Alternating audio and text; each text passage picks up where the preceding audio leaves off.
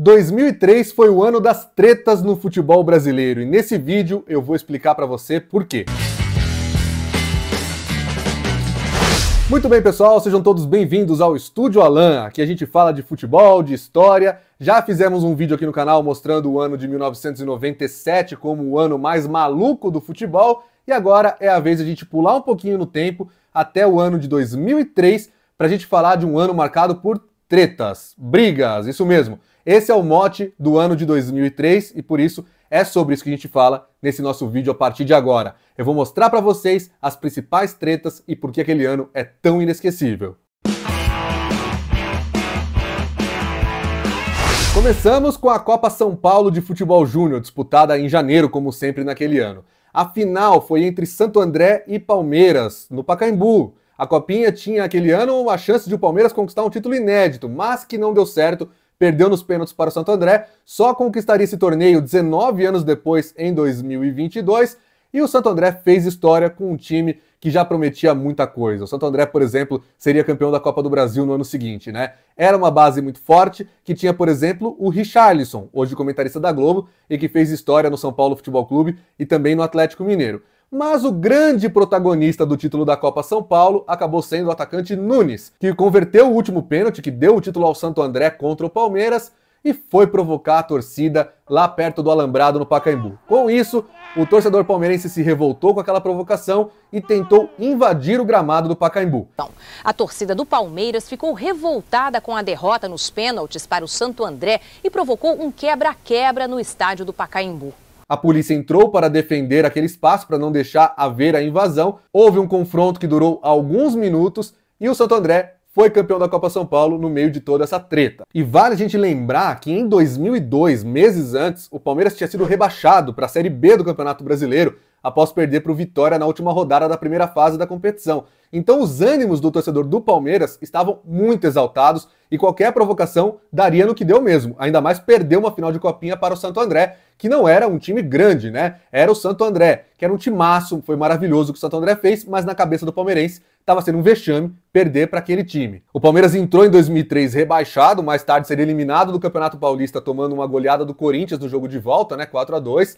No Campeonato Brasileiro da Série B conseguiu o título, foi campeão, subiu junto com o Botafogo, mas eram tempos sofridos para o torcedor palmeirense e eu sei disso porque sou um deles. Mas olha, se naquele dia o Nunes fez o gol do título nos pênaltis, né, provocou a torcida do Palmeiras, causou o caos do Pacaembu, já parecia bastante para um jovem daquela idade, né? Não tinha acabado a jornada do dia 25 de janeiro de 2003 para o Nunes, não.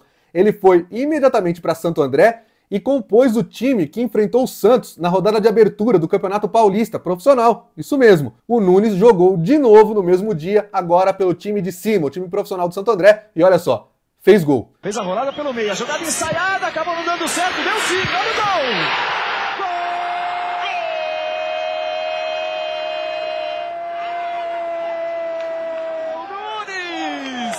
Do Santo André! Fez um dos gols do Santo André no empate em 2-2 com o Santos, em um jogo disputado no estádio Bruno José Daniel e que também ficou marcado por treta.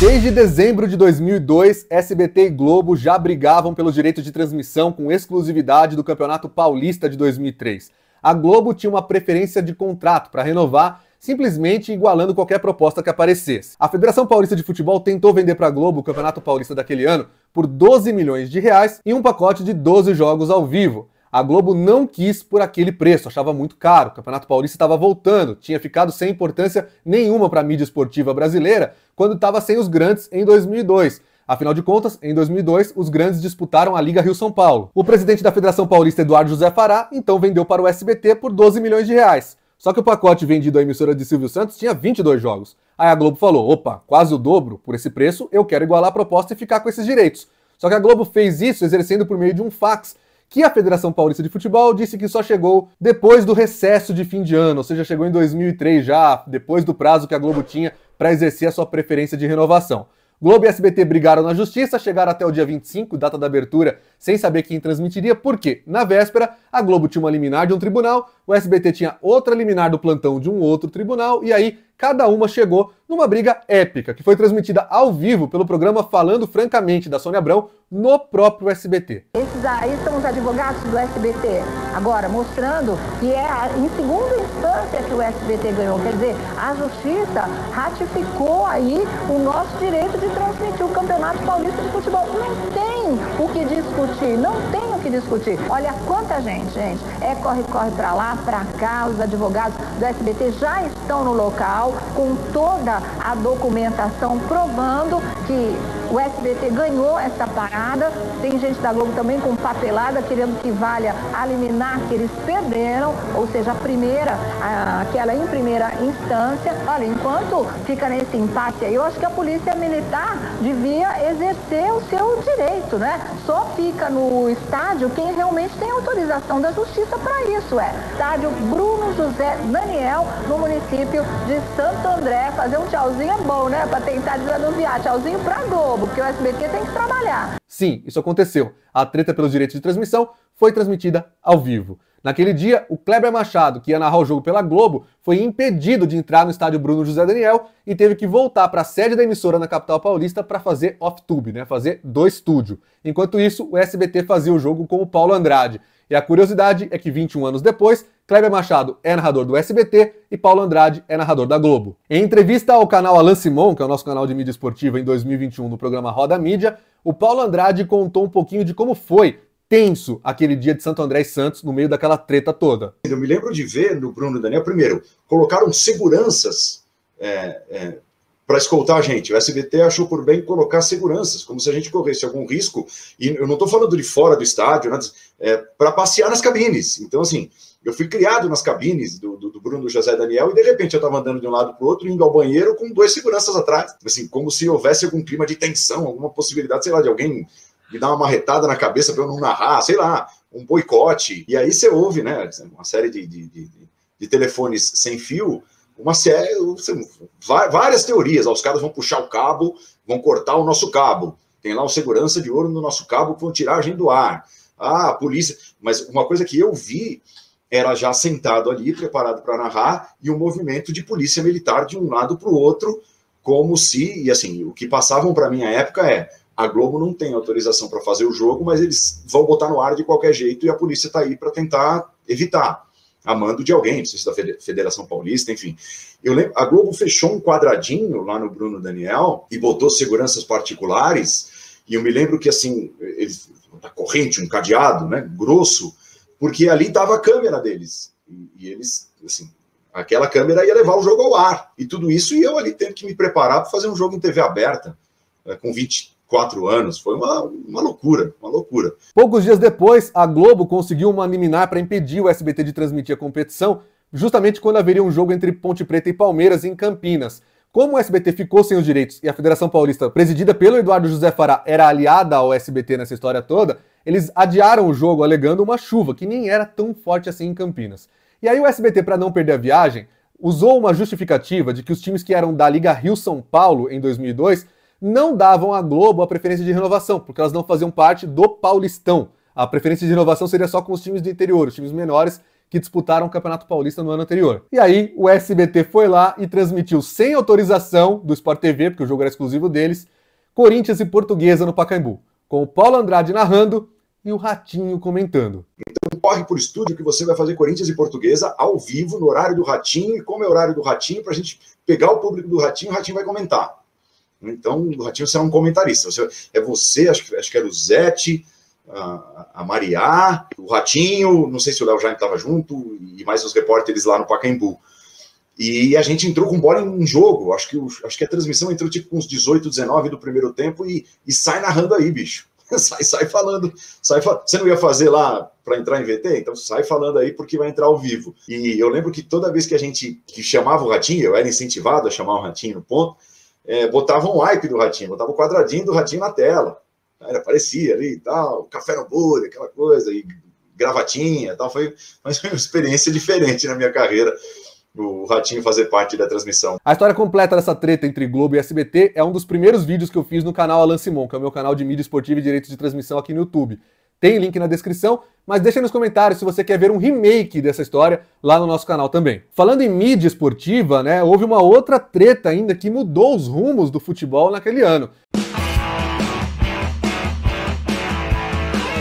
No fim de 2002, o presidente da CBF, Ricardo Teixeira, já estava deixando bem claro que queria colocar o Brasileirão no mesmo caminho das ligas europeias, com a disputa em pontos corridos, turno e retorno. E a Globo era contra isso, afinal de contas, muita audiência vem quando o jogo é mata-mata. As finais de campeonatos brasileiros são insuperáveis, dificilmente um campeonato de pontos corridos consegue isso. E na cabeça da Globo, colocar em pontos corridos trazia o risco de um campeão sair muito antes, com muita pontuação de diferença para o segundo colocado, e assim o interesse do torcedor brasileiro se afastar. Tanto é que durante a final extremamente emocionante, que foi a última final de Campeonato Brasileiro em 2002 entre Santos e Corinthians, volta e meia, Galvão Bueno, que narrava o jogo na TV Globo, dava alguma indireta nesse sentido. Falava frases como: é a final, essa coisa fantástica do futebol que é a grande final.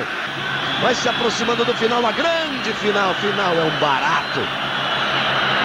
Fazer uma campanha aberta pela manutenção do mata-mata no Campeonato Brasileiro. Mas nessa briga não teve como a Globo ganhar, não. Se contra o SBT no Paulistão ela acabou se impondo até a final, conseguiu transmitir junto e deu mais audiência e saiu como a vencedora moral da história, no caso da CBF, a Globo perdeu, porque o Ricardo Teixeira exerceu seu poder e conseguiu implantar o formato de pontos corridos no Campeonato Brasileiro e que está até hoje. Hoje a Globo gosta porque sabe que é o melhor para vender pay-per-view. Mas o medo que ela tinha de ter um campeonato sem muito interesse nas últimas rodadas, porque já poderia sair um campeão antes da hora, aconteceu de fato. O Cruzeiro fez uma ótima campanha épica com mais de 100 gols, aquele timaço que o Vanderlei Luxemburgo estava comandando e que não só ganhou o Campeonato Brasileiro daquela forma, como também conquistou a tríplice coroa em 2003, com os títulos também do Campeonato Mineiro e da Copa do Brasil, vencendo o Flamengo na final. Voltando para tretas mais físicas agora, o ano de 2003 teve também um momento que é lembrado até hoje, quando Romário, atacante então no Fluminense, entrou em vias de fato com um torcedor que foi protestar contra o time durante um treino nas Laranjeiras. Torcedores jogam 6 galinhas vivas no gramado. As manifestações não ficaram por aí. Os jogadores foram xingados e chamados de pipoqueiros. Um clima ruim, justamente numa semana decisiva. Vem aqui, compadre!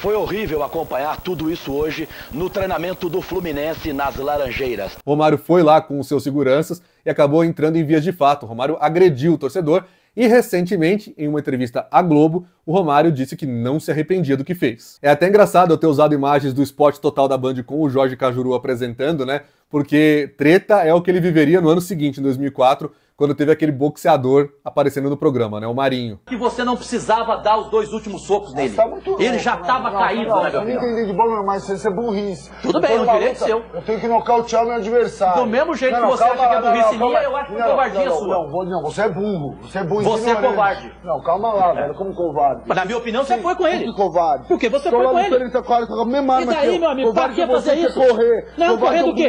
Por que correr? Sobe lá. Mas eu não sou lutador de boxe. Pra subir lá, rapaz. Mas e daí?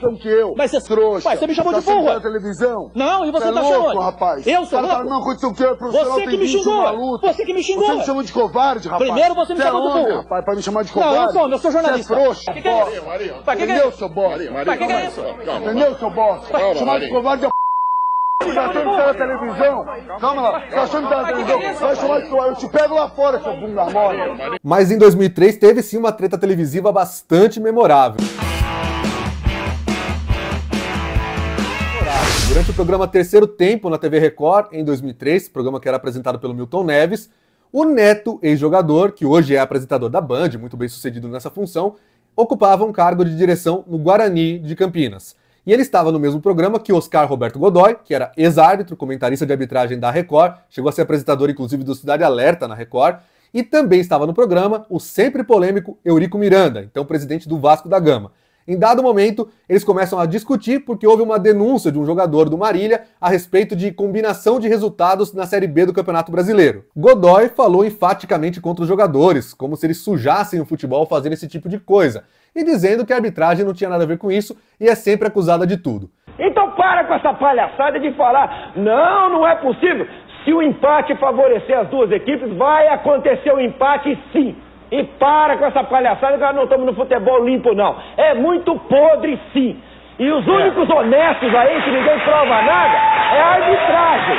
Arbitragem. Só. Nisso, o Neto se revoltou, o Eurico Miranda também discordou dele, mas o Neto se revoltou porque o Godoy estava querendo dizer que os árbitros são sempre muito honestos e os jogadores não. E aí começou uma mistura de assuntos, a ponto de o Neto ter falado que o Godoy se equivocou na súmula em 2000, na final da João Avelange, jogo de volta em São Januário, ao não ter dado os pontos para o São Caetano. E aí mexeu com o Eurico Miranda, que era presidente do Vasco. Por que no jogo São Caetano e Vasco você não fez o que deveria ter feito? O que eu tinha que fazer? O que eu tinha que fazer? Tinha que ter dado os pontos na sua súmula que não tinha condições de jogar. Mão de ser imbecil. Imbecil é você. Imbecil é você. Eu não sou imbecil. Imbecil é você. Eu faço relatório. Eu escrevo o relatório. Eu escrevi o que aconteceu. Imbecil é você. Eu escrevo o que aconteceu. Quem julga é o tribunal. O mal de alguns jogadores é que eles chutaram, jogaram bem e quer se meter em administração esportiva, coisa que não conhecem nada, que tem que aprender muito, para dizer a barbaridade que ele disse aqui. Meu nome nunca teve na CPI, eu nunca tive que dar explicação para ninguém. Isso aí. Eu posso me entender de administração. Tá bom. Eu não falei da sua pessoa. Deixa eu falar, eu não vou... Faz 2 anos que eu tô no Guarani. Faz 2 anos que eu tô no Guarani. Eu nunca peguei um tostão do Guarani. Dá licença. Deixa, você, quando você quiser falar, tu vai falar. O problema é o seguinte. Comigo não tem esse negócio de você gritar. Não, você vai falar. Aqui não tem. Eu não vou debater com você. Eu não vou debater com você, que você não tem nível para debater comigo. Você não tem nível para debater comigo. Você de mim só podia receber dinheiro. É outra coisa, mas nada. Também coloca Eurico Miranda, Neto e Godoy no mesmo programa, né? Não podia dar outra história. 2003 também teve uma outra treta muito lembrada em campo, na semifinal da Copa Sul-Americana entre São Paulo e River Plate no Morumbi. E o Luiz Fabiano ficou famoso e muita gente lembra até hoje daquela voadora que ele deu no meio da confusão. Ele falou abertamente que ele perdia o jogo, mas não perdia a briga. Uma confusão com o argentino, jamais a gente pode ficar de fora, tem que ajudar os companheiros. Eu sou o batedor oficial, estou de fora, infelizmente, mas entre brigar e bater o pênalti, eu prefiro ajudar na briga. O São Paulo tinha perdido o primeiro jogo na Argentina por 3-1, conseguiu vencer por 2-0, ficou desfalcado do Luiz Fabiano na disputa de pênaltis, acabou sendo eliminado, o River Plate foi para a final, mas também não conseguiu ganhar o título não, tá? O Cienciano do Peru foi o campeão da Sul-Americana naquele ano. O River Plate, apesar de não ter conseguido os títulos continentais, naquele 2003 era uma pedra no sapato dos brasileiros. Além de ter eliminado o São Paulo na Copa Sul-Americana, a gente vai lembrar também da eliminação do Corinthians na Libertadores, fato que se repetiria 3 anos depois também na mesma competição em 2006. Mas o campeão da Libertadores de 2003 foi o Boca Juniors ganhando do Santos no Morumbi, então o River Plate não conseguiu ganhar títulos continentais e ainda viu o maior rival levar a Libertadores da América. O Morumbi já tinha sido palco de outra treta entre jogadores em julho, alguns meses antes, em 2003, durante um clássico entre Corinthians e Santos, e que foi parar até na delegacia. A maior confusão mesmo vem nos acréscimos. Veja por esta imagem aérea que Fábio Costa rebate uma bola que nem está em jogo e acerta a cabeça de Liedson, que fica caído. Ele acertou em mim, eu acho que pode ter sido sem querer, eu acho que ele não ia ter essa intenção de me acertar, mas pegou em mim, mas só isso. Veio pra bola, eu soquei a bola e ele acabou se batendo comigo, a jogada normal. Os corintianos correm para apoiar o companheiro. A confusão é generalizada. No meio do bate-boca, Fabiano acerta um tapa em Fábio Luciano. O zagueiro e o goleiro Doni revidam. Do estádio, Fabiano veio direto para a delegacia registrar um boletim de ocorrência. Ele foi agredido fisicamente pelo goleiro Doni. Mas a maior revolta do jogador do Santos é contra o zagueiro Fábio Luciano. Fabiano mostra ao delegado as marcas da violência que sofreu e admite que deu um tapa em Fábio Luciano porque estava sendo ofendido verbalmente. genro de Vanderlei Luxemburgo, Fabiano acredita que foi alvo da raiva que o zagueiro tem do técnico que o dispensou do Corinthians no ano passado. Eu não dependo do Vanderlei pra nada. Eu tenho minha vida. Você entendeu? Agora, como é que ele vai falar da minha vida? Vai me xingar desse jeito? Ou você ofender um jogador, você é ofendido, você acaba ofendendo, pô. Não pra você querer agredir alguém. O Paulistão 2003 não teve treta apenas na questão da TV, entre SBT e Globo, não. O regulamento também era bastante confuso e deixou a finalíssima entre Corinthians e São Paulo com o risco de acabar sem ter um campeão definido. Sim, isso aconteceu em 2003 por causa de uma treta judicial. Algum gênio, assim como já tinha acontecido na Liga Rio-São Paulo de 2002, um caso que eu citei num vídeo aqui no canal sobre os piores regulamentos de todos os tempos, resolveu fazer a mesma coisa no Campeonato Paulista e colocar como critério de desempate na final o número de cartões amarelos. Quem tivesse menos cartões amarelos e vermelhos poderia ser o campeão se houvesse um empate no placar agregado. A mesma confusão que já tinha dado polêmica entre Palmeiras e São Paulo na Liga Rio-São Paulo um ano antes. Como é que faz a mesma bobagem? Pois é, mas a Federação Paulista, principalmente o presidente Eduardo José Fará, era contra essa manutenção de regulamento, mesmo que todo mundo tivesse assinado. Quis mudar com o campeonato em andamento e trocou pelo critério técnico, ou seja, o São Paulo, que tinha a melhor campanha que o Corinthians, poderia jogar pelo empate no placar agregado. O Corinthians achava que o regulamento assinado era o que valia, então, se eles empatassem no agregado, o Corinthians, que era um time com menos cartões amarelos e vermelhos, seria o campeão. Ou seja, depois de ganhar o primeiro jogo da final por 3-2, o Corinthians entrou na última partida no Morumbi também contra o São Paulo, tendo em mente que se perdesse por um gol de diferença e não tivesse 2 jogadores expulsos, não tivesse mais 2 cartões vermelhos, seria o campeão. Já o São Paulo achava que era só ganhar por um gol de diferença e levantar a taça. Imagine se isso acontece e os dois times resolvem gritar campeão naquele estádio. Pois é. E em cima da hora, o STJD mandou congelar o critério de desempate. Sabe o que isso significa na prática, congelar o critério de desempate? É que se o São Paulo tivesse vencido por um gol de diferença e a gente tivesse um empate no placar agregado, a Federação Paulista de Futebol ficaria proibida de decretar, de proclamar um campeão paulista. Vê se pode uma coisa dessas. Mas por sorte dos corintianos, eles ganharam também o segundo jogo e não houve contestação alguma. O Corinthians foi o campeão paulista de 2003. Gente, uma explicação importante pra vocês, tá? O tema desse vídeo são as tretas de 2003. No vídeo de 97, o tema eram as maluquices, as doideiras, e muita gente veio criticar falando que eu não dei destaque ao título da Libertadores do Cruzeiro. O Cruzeiro ganhar uma Libertadores não é uma bizarrice, não é uma doideira. Então, muita coisa fica fora sim, porque não é uma retrospectiva completa que a gente está fazendo. Assim como em 2003, muita coisa vai ficar fora. Eu não vou citar alguns times que foram campeões, não vou citar algumas goleadas, e tá tudo bem, porque o tema aqui é falar das tretas de 2003. A gente vai ter mais vídeos como esse aqui no canal, relembrando outros anos, também com temas, como a gente fez, as doideiras de 97 e as tretas de 2003. Mas antes de encerrar esse vídeo, eu quero lembrar algumas goleadas históricas que a gente teve naquele ano aqui no futebol brasileiro. Teve o Palmeiras tomando 7-2 do Vitória em pleno Parque Antártica, estádio Palestra Itália, pela Copa do Brasil. No jogo de volta, o Palmeiras até conseguiu ganhar lá no Barradão, mas claro que não conseguiu tirar essa diferença de 5 gols do jogo de ida. E olha que o Palmeiras vinha de um rebaixamento contra o próprio Vitória em 2002. Teve também o Juventude aplicando 6-1 no Corinthians e derrubando o técnico Geninho do cargo. Uma goleada que é muito lembrada até hoje também. Na última rodada do Campeonato Brasileiro, o São Caetano aplicou 5-0 no Internacional em confronto direto por vaga na Libertadores. O técnico do São Caetano era o Tite e o técnico do Internacional era o Muricy Ramalho. Naquele Campeonato Brasileiro nós tivemos também o Goiás aplicando 7-0 no Juventude e também na última rodada o Bahia foi rebaixado tomando 7-0 do Cruzeiro. O ano também teve o Paraná metendo 6-2 no Flamengo e um jogo de muitos gols entre Santos e Bahia que terminou com vitória do Peixe por 7-4. Nesse vídeo eu usei uma camisa do Sporting Clube de Portugal, porque foi na temporada de 2003 que o clube vendeu o Cristiano Ronaldo para o Manchester United, surgindo ali um dos maiores jogadores da nova geração. Geração essa que eu pude ver do começo e estou vendo agora acabar também. E pra gente terminar esse vídeo, assim como eu terminei de 97 com o gol do Dorival Júnior pela Matonense, a gente vai ver um gol do goleiro Lauro, da Ponte Preta. Isso mesmo, o goleiro Lauro fez um gol da Ponte contra o Flamengo, que ajudou muito o time de Campinas, no fim das contas, a escapar do rebaixamento no Campeonato Brasileiro. Naquele ano, caíram Fortaleza e Bahia, eram apenas 2 rebaixamentos nos pontos corridos. Fique com o gol do Lauro, que a torcida da Ponte lembra com muito carinho até hoje. Se inscreve no nosso canal, deixa o seu like que é muito importante. Manda esse vídeo para os amigos, a gente vai sempre relembrar temporadas históricas como essa. Esse é o Estúdio Alan, Esporte a Nossa História. E lá vai ele. Aos 52 minutos, Vaguinho cobra escanteio. E quem aparece de cabeça para delírio da torcida? bastante emocionado, nem ele acredita. Estou bastante feliz. Eu consegui fazer o gol.